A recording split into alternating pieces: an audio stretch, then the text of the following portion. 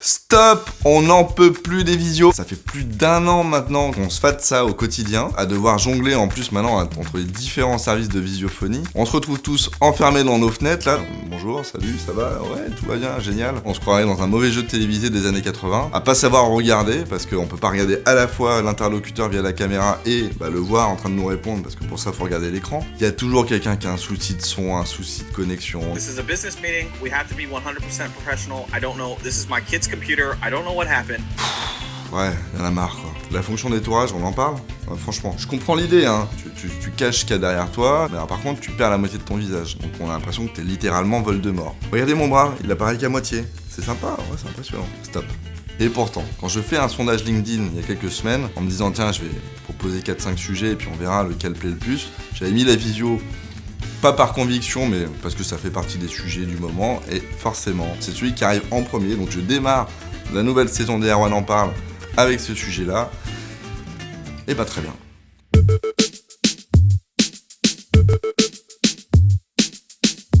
Bienvenue à tous dans ce nouvel Erwan en parle, nouvelle saison, nouveau décor. Déjà, ce qu'il faut savoir, c'est que la visio au sens large, elle est vieille d'un point de vue digital. C'est-à-dire qu'en 2004, on a un acteur, Orange, qui arrive et qui s'est dit « Allez les gars, je le sens bien, on y va à fond. » Visiophonie, mec. On lance notre offre Orange Intense. Orange Intense quand même, hein. Faut y aller, Orange Intense.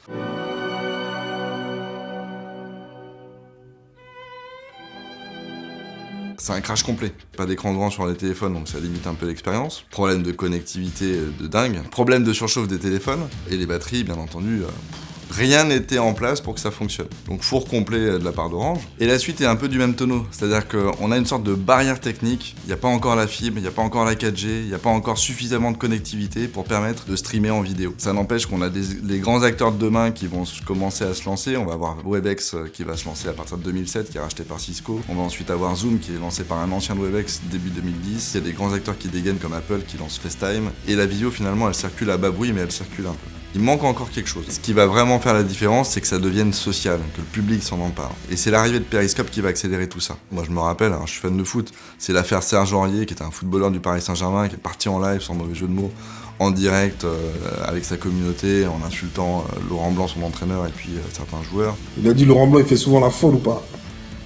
C'est une fiotte. Et c'est intéressant de ce que ça raconte finalement de la visio, c'est qu'il y a cette illusion qu'on est entre nous, un peu comme si on faisait un événement privé, mais là en l'occurrence, lui ça a un peu...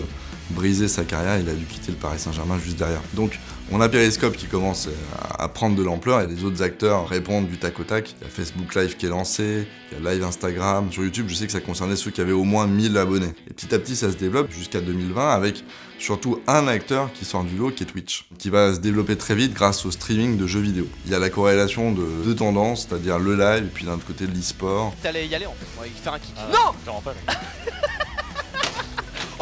On a le panorama, ça fonctionne un petit peu, il y a plus de lives, et puis on arrive en 2020 avec une petite pandémie qui nous tombe dessus, et là ça change tout. En fait, quand on suit un peu cet historique, on se dit pourquoi finalement la visio, pourquoi le live, ça explose pas beaucoup plus vite en 2018, 2019 et avant la pandémie en 2020. Elle est fantastique la promesse, c'est de se dire on se voit sans se déplacer. Ça devrait suffire à soi-même. Et pour autant, ça n'a pas suffi. Qu'est-ce qui fait la réussite d'une techno? Qu'est-ce qui fait la réussite d'un nouveau format d'échange?